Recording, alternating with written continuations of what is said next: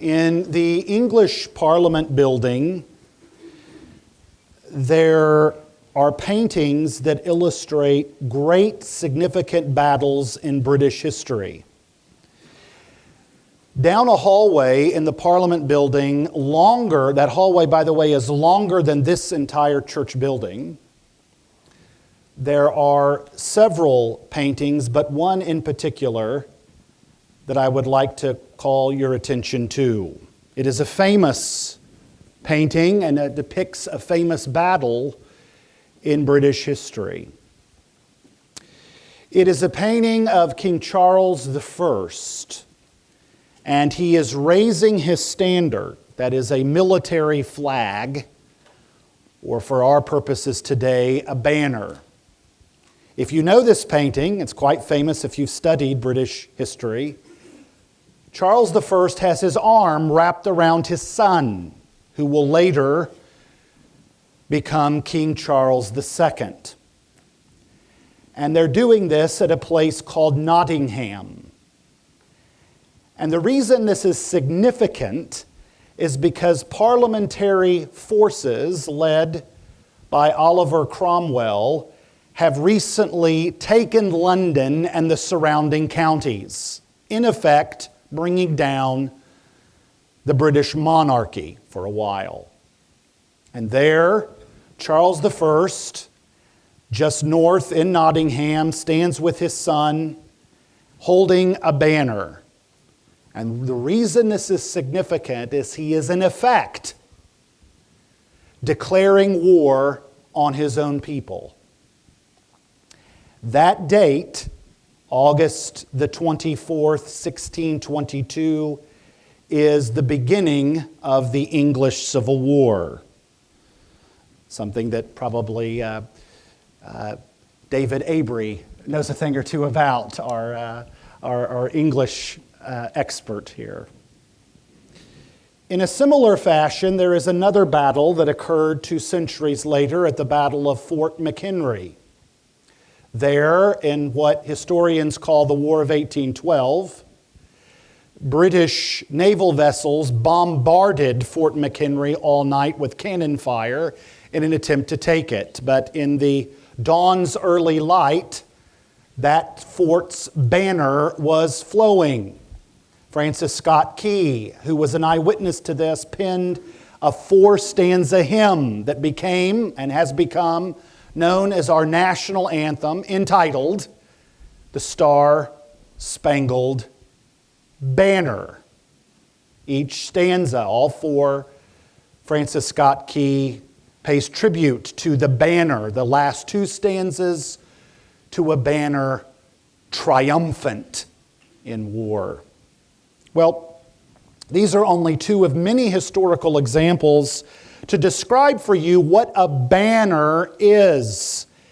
When you hear it, it is always used in military context. It's not an advertisement on a computer. It's not on the side of a bus. That's not what we mean by banner. It's used in military context. It's a flag on a pole to let troops know where to gather in battle, to get orders to march, or whether to regather if they have to retreat, or whether they have to regather for a victory formation.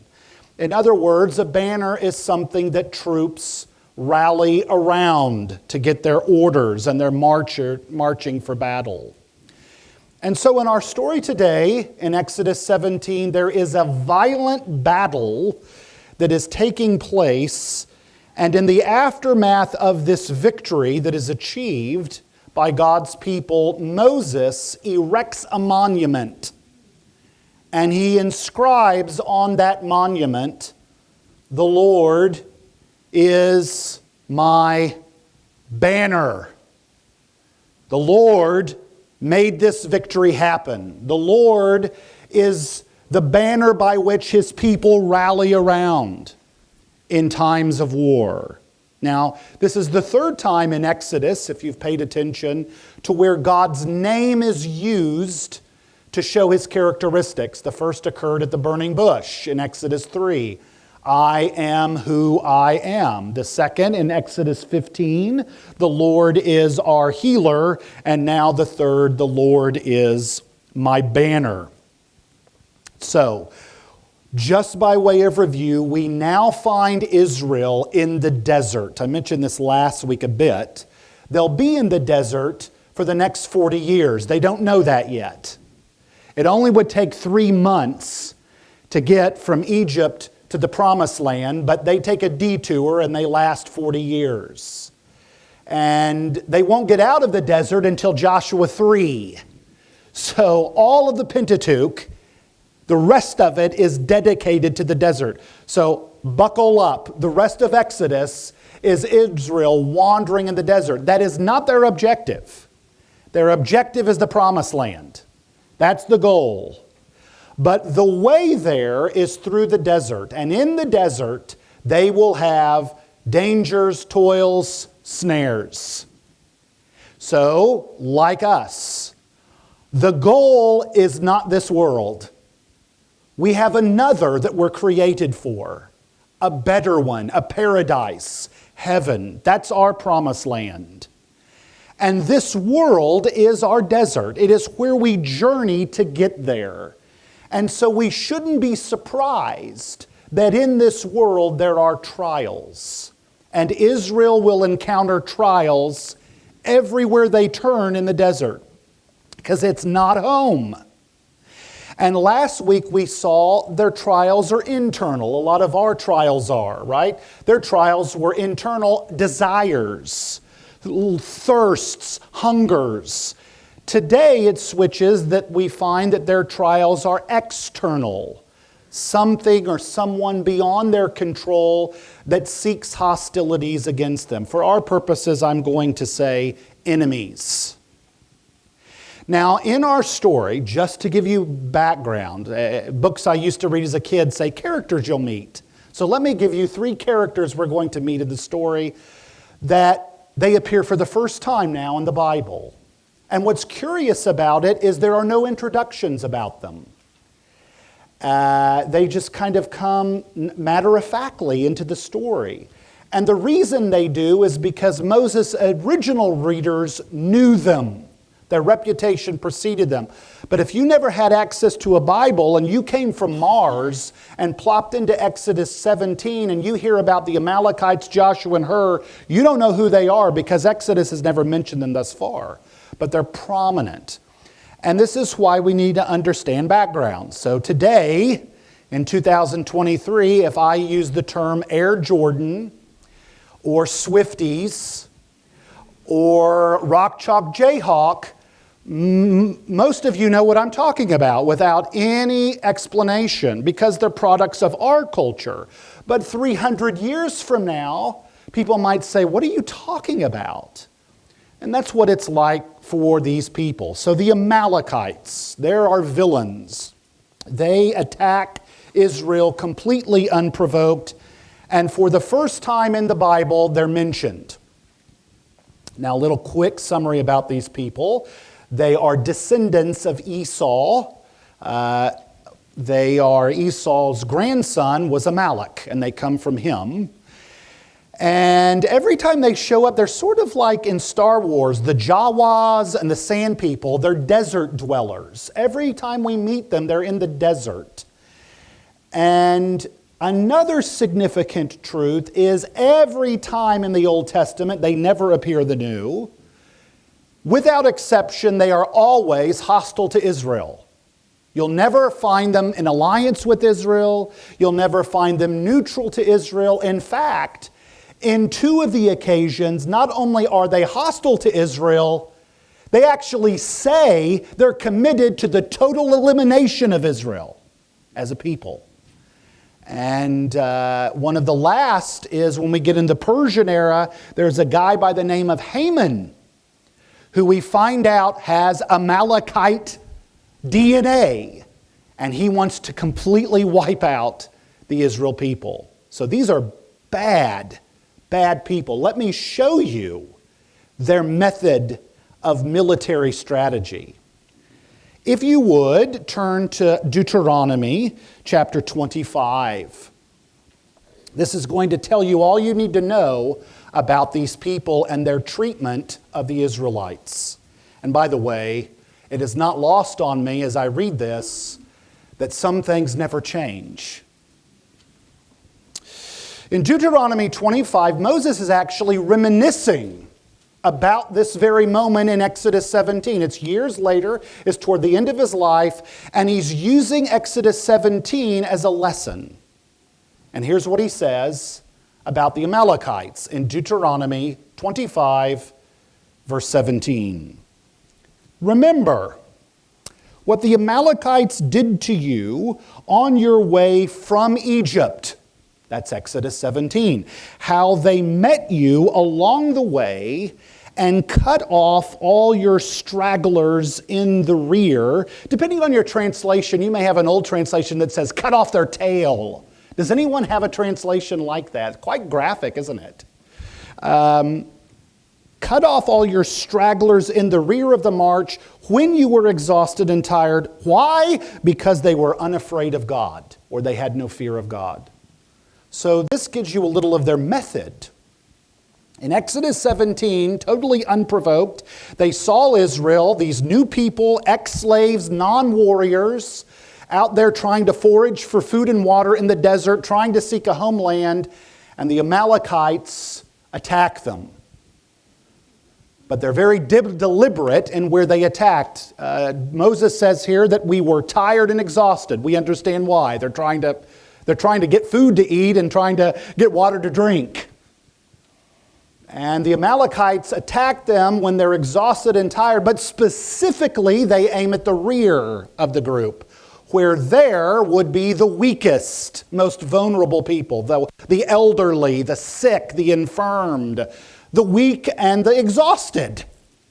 And that is where the Amalekites hit, is people who cannot fight back, people who are weak, people who are vulnerable. And Moses says they do this because they have no fear of God. As I said before, some things never change, hit the low-hanging fruit that can't fight back. So this occurs, and if you make your way back to Exodus 17, the Amalekites attack, and these non-professional warriors have to do something, and we learn what the reaction is by Moses in verse 9. So Moses said to Joshua, "Choose some of our men to go out and fight against Amalek. Tomorrow I will stand on top of the hill with the staff of God in my hand." So Joshua fought against Amalek just as Moses had instructed him. Now here's another first. For the first time we're introduced to Joshua. We haven't heard from him at all. And yet he's mentioned 4 times in the story, and he's pretty prominent. So Israel already knows about this guy. He is a superstar in Israel, but we don't. He comes out of nowhere, no introduction. But as Exodus develops, we learn a little bit about Joshua. In fact, this is sort of a foreshadowing of what is to come. Because Joshua is the one responsible for choosing the troops. Joshua leads them, and Joshua gets the credit as you read the end of the story. We're told here that Joshua seems to be a warrior-like guy. Every time that Moses gives him an order, it's to kill people. And with the exception of David, David's the only one that beats Joshua in Israel history. Joshua is the greatest military warrior in the nation of Israel in terms of destroying Israel's enemies and extending the land of Canaan when you get into the conquest. Only David surpasses him. But he is, when he is brought up, is the servant of Moses, doing the bidding of Moses and seen as an obedient servant of Yahweh. This is key. Because the more Joshua is brought up as the obedient servant of Yahweh, he is contrasted against the disobedience of Israel. Remember, he's only one of 2 that get a go in the land because of his obedience. You remember the song? 12 men went to spy on Canaan, and 10 were mad, and 2 were good. That's Joshua. He's one of those.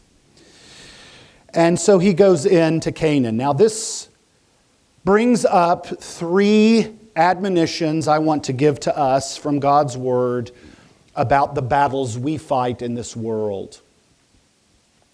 Number 1, God's people need to fight against God's enemies. My personality cringes at that because I love people and I love getting along with everybody, Christian or not. And I'm convinced God threw me into the ministry so I wouldn't waste my life. Because if it were up to me, I would open my garage door, sit in a lawn chair all day drinking sweet tea, organizing bolts, and just watching people go by and saying hi to them. And I think God threw me into the game, to use John Calvin's words, to make something of my life. By nature, I don't like to fight. I don't like it. But a Christian in this world is called to fight against God's enemies. Now let me say something here as the text unfolds. Your enemies are not necessarily God's enemies. Meaning, the landlady who doesn't call you back to take care of your leaky plumbing, or the neighbor who blows leaves in your lawn, or the boss who will not give you that raise, or the political party that's opposite of the one you vote for, or the sports opponent that you're playing on a sports field, those are not God's enemies. I know you think they are. I've had people actually pray with me over them. God, just like the psalmist says, as you crushed and kicked the teeth of his enemies, may you do that for a neighbor who blows lawn in my leaves? Are you kidding me? So our enemies are not necessarily God's enemies. And when I say fight, I'm not talking about being a pugilist where we just, hey, are you an enemy? And smack, or let's get out our guns and cannons and just start freewheeling it. This is not what I'm talking about. Let's think redemptively in the story. What is the Amalekites trying to do to Israel? They are trying to get them not to enter Canaan, which is the objective. And they're doing it by trying to wipe them out militarily. So if the Amalekites are successful by wiping Israel out, what's the point of the Red Sea? What's the point of the 10 plagues? What's the point of freeing them? The goal is, I set my people free to get them home. And anyone or anything that is seeking to negate people from getting home, for us getting to heaven, is God's enemy. That's what the text is clear about, redemptively. So as long as we're clear, the text unfolds. But God's people need to fight against God's enemy. Now, I don't know if you look at this text, understand what's going on. There's a lot of humor here. A lot of stuff that's just not explained. For example, the Amalekites hit a bunch of people that have, for all we know, never touched a sword. They're slaves, they're ex-slaves, and ex-slaves don't fight in battles, they build buildings. The Amalekites hit them, and Moses tells Joshua, get an army and go fight tomorrow. Get it within 24 hours, we're ready to go to fight. Joshua's like, you would think they would say, as I would say, Moses, looks like you got that same staff in your hand that, smote Egypt into nothing and part of the Red Sea. Why don't you climb up on that hill and do a Harry Potter, just wave it and just off with the Amalekites. You've done it before. We'll take plague 3, we'll take plague 7. Just make one up, send fireballs down from the Amalekites. What in the world are you asking us to do? We don't know how to battle. We don't know how to fight. You've shown it before. You don't need us. But God asked them to fight. He doesn't explain why. Could God just say Amalekites, you're no more, and the Amalekites would be no more? Of course. But he doesn't. He has his people get in the game and fight. God is mysterious this way. Sometimes he brings angelic hosts and smites an entire army with blindness, and Israel doesn't have to lift a finger. And other times he says, hey, you go march around that city 7 times and then the walls will come tumbling down. Or David, you pick up that rock and sling it at that giant and he'll fall. God is mysterious this way, but he does ask his people to fight for him against his enemies in this world. So Joshua has to gather soldiers. Several decades ago, there was a new theology. It was in a motto, a bumper sticker actually, called "Let Go and Let God." I don't know if any of you heard this. The idea is that really all we have to do is just trust God, do nothing, and everything will be fine. Well, that let go and let God attitude really buttresses what's going on here. God's people have a responsibility to take up arms and fight. And by the way, another curious humor is there is nothing mentioned about what qualifications or what qualifies someone to fight. Talk about a hard task Joshua had to do. These people never fought, and you're asking me to get an army in 24 hours? So what does Joshua do? Go to each tent. How old are you? Do you have any sharp, pointy things in your house we can use for tomorrow? How does Joshua do this? We're not told. But he raises an army, and this is consistent with the Church of the Living God.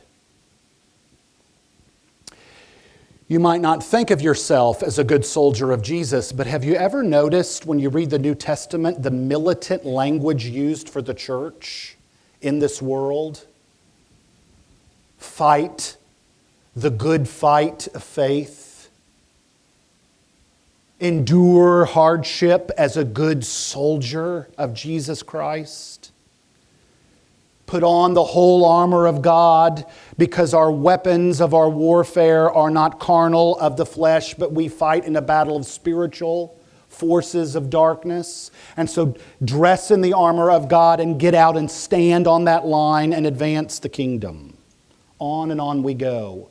Brothers and sisters, we must fight God's enemies. And his enemies are anything that opposes the gospel of Jesus Christ. They can be in the form of thinkers. They can be in the form of hostilities. They can be in the form of people who say, other than Jesus, there are other paths of truth. Whatever tries to negate people from getting into the promised land is God's enemies and should be fought against. This brings me to our second admonition of the story. We need each other to fight against God's enemies. Now, verses 11, 12, and 13 is a wonderful story, familiar to many of us, although it is quite bizarre. It is never mentioned before. It is never mentioned again, the tactic. But the emphasis of the storyteller is not what is happening on the battlefield when the battle is fought. That's very bizarre to me as a historian. I read battles. And we have nothing about, did Joshua, outflank the Amalekites from his left side? Did he use archers that he gathered and trained in 24 hours to sort of penetrate the middle and to soften the blow so he could just push through? Did he do like a Braveheart and oil down the field and then light it when nothing is mentioned about what happens on the battlefield. The emphasis is what happens on the hill, what happens away from the battlefield to win the battle. And we have this picture of Moses going up to the hill, which again foreshadows 2 chapters later. And he takes his staff, that same staff that has been used to do some great many things, and he is told to hold his hands up. Hands are a big deal. They're mentioned 7 times in 9 verses. And he's to hold his hands up. And to the degree that he holds his hands up, Israel begins to have the momentum and wins the battle. But when his hands lower, Israel begins to be defeated in battle. This is quite bizarre.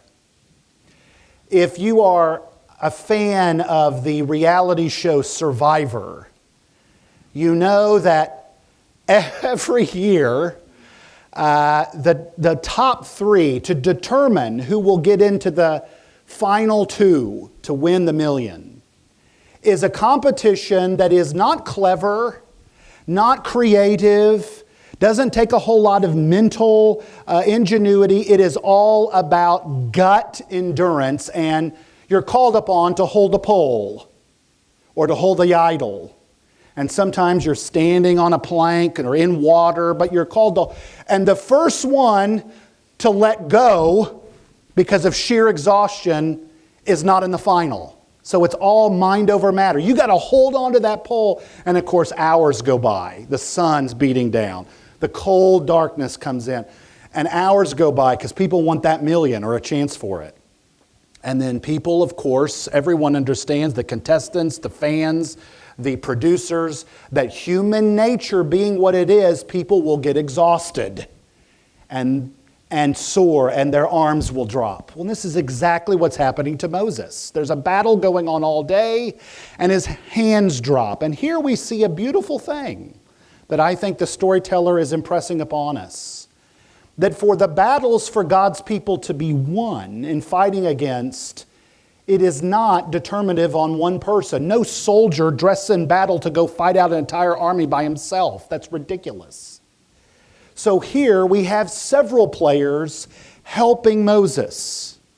Aaron, his brother, and we get another first in the name of Hur, H-U-R. Now, there is a lot of debate about who this Hur is. Josephus suggests that it is Miriam's brother. If that is the case, then you have Moses having his brother and brother-in-law there on that hill. So it's a family affair. And what's touching about this and instructive for us as a church is that Aaron and Hur come along to come to Moses' aid to help him when he's tired and strong in order to have victory and advancement of that army on the field. Aaron could have said, you know, Mo, I'm the older brother here. And after all, you couldn't talk. You had to have me talk to Pharaoh, and it was my staff, after all, that ate the servants of Pharaoh's staff when it turned into a snake. It wasn't yours, my staff. So I don't understand why you're always trying to upstage me. He didn't say that. He said, Moses, you're tired. Get a rock so you can sit down. Get a rock so we can prop up his arms and hold it up. Come on, Hur, you get one side, I'll get the other side. And here we see that now the brothers are strengthening the other brothers. And to the extent that happens, the Church of Jesus Christ advances. You have heard it. I guarantee you, if you've been in the church long enough, you've heard this idea that the church is good at shooting its own wounded. Sadly, there's a lot of truth to that. I have never understood people who love to complain. I'm just wired. I was born a certain way. Some things are not going to change about me. And I do not get along very well with gripers. I never have. You know, the kind of people that light up a room by leaving it. These fussy, belly aching, like Albert Einstein says, people who can give a problem for every solution. I do not do well with people like that. I don't want them in my life. All of my good friends are positive people, you know, not necessarily non-critics. I don't mind that. If you were going to criticize, give me an option to advance. But a complainer never will. They're always turning to their fellow brother and sister and saying, you're bad. And the line never gets advanced. Thank God Aaron and Hur didn't do this. They saw a need and they came running to Moses' defense, propped him up, and everyone wins. And this is actually discussed quite often in the New Testament about the church.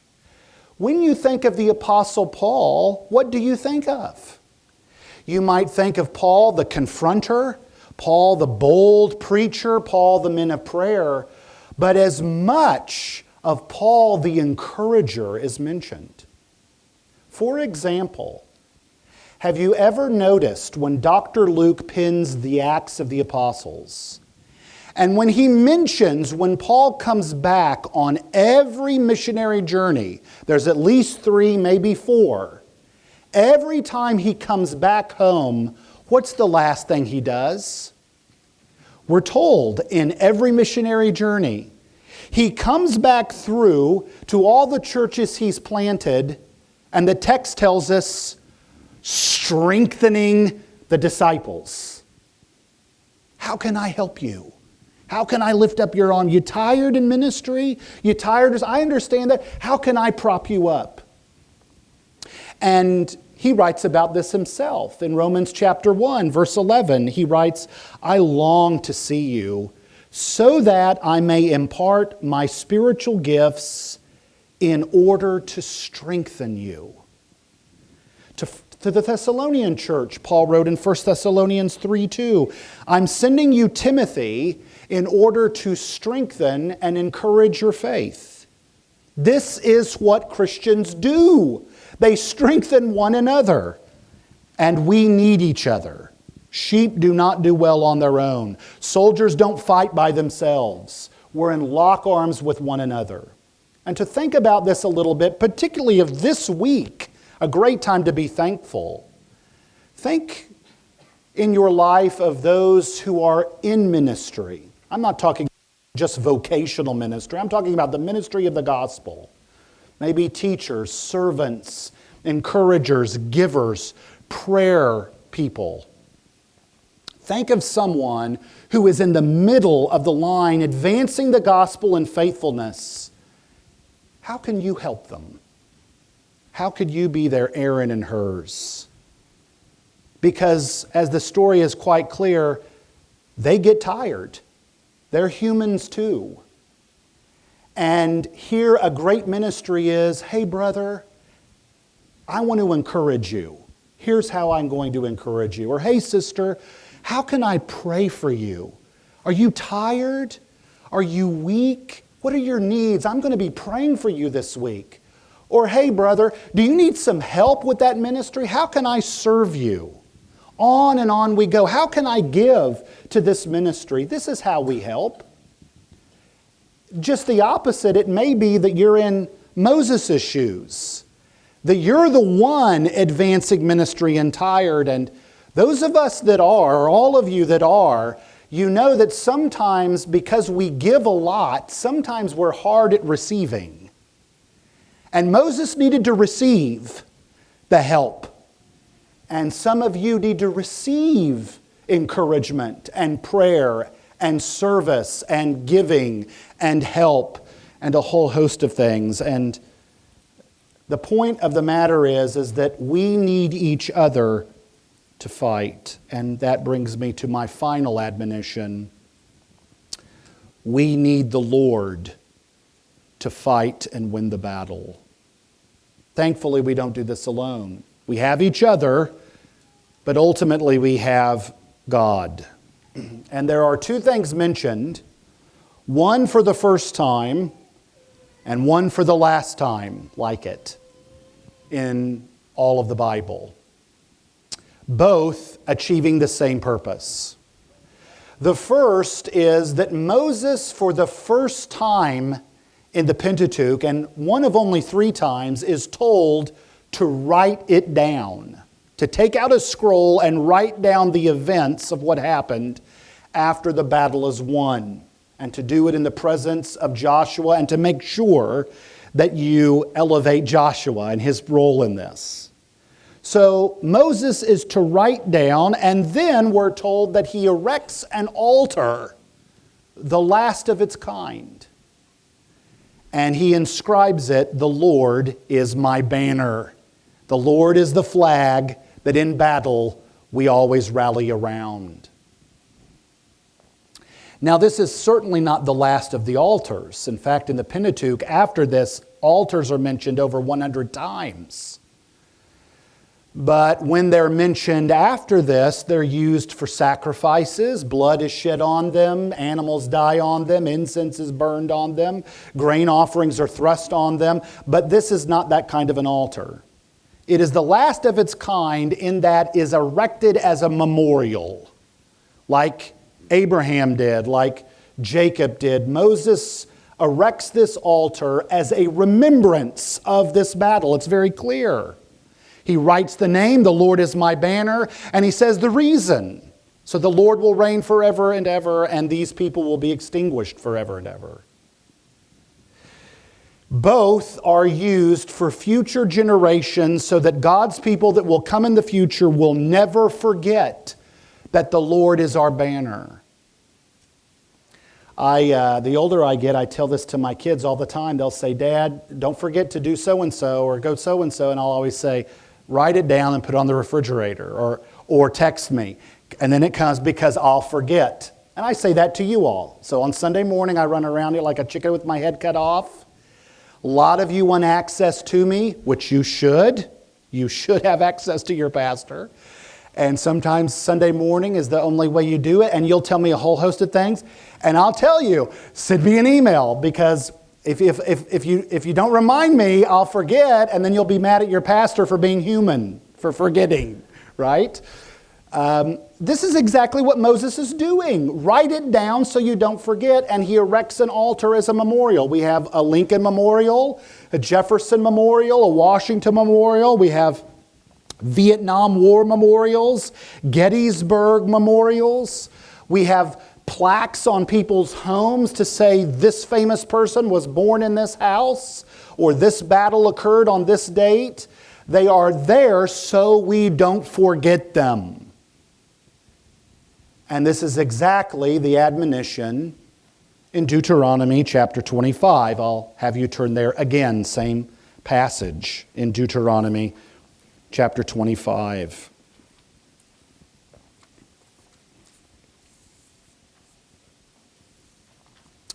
Beginning in verse 19. So when the Lord your God gives you relief from all the enemies who surround you in the land he is giving you as an inheritance, you must wipe out the memory of the Amalekites from under heaven. Do not forget.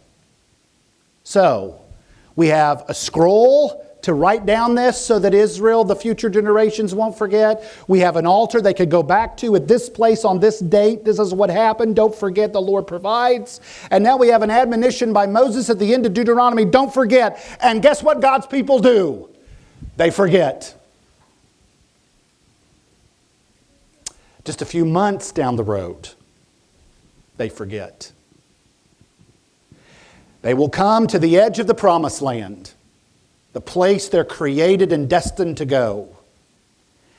And they see walled cities, and they see giants, and they face an army there at the border. Do you know what army they face at the border? The Amalekites. This time the Amalekites beat them because they will not obey and go in the land. Because they're afraid.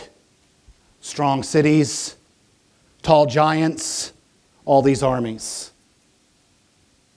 But you have all these memorials. You got my word, the scroll. You've got my altar. You've got my admonition. And they still forget. And beloved, there is a warning for us. If we fast forward into our day, we have our own memorials. One of our favorite hymns we sing often at Calvary is this great hymn by Robert Robinson, the 18th century evangelist, called "Come Thou Fount of Every Blessing."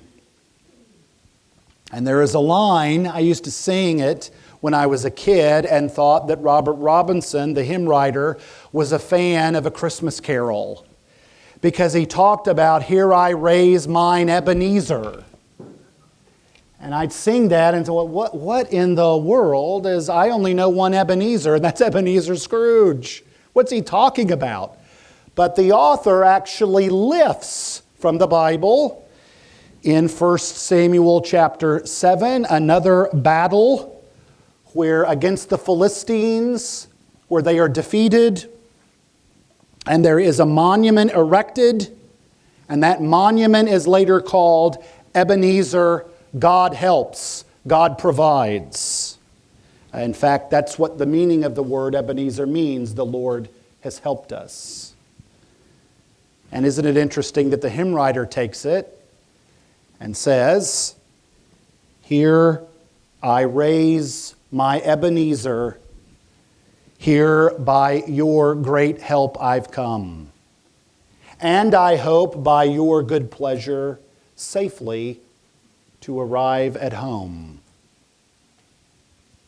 So we are fighting battles, and God gives us memorials, altars, Ebenezers, to remind us, I will help you. I will win. We'll get home. Trust me. Well, what are those? When we come to the New Testament, there is no existence of an altar. And it's never mentioned. There's no mention of Amalekites. But there's mention of many enemies. And there's mention of a great battle that has been fought and won.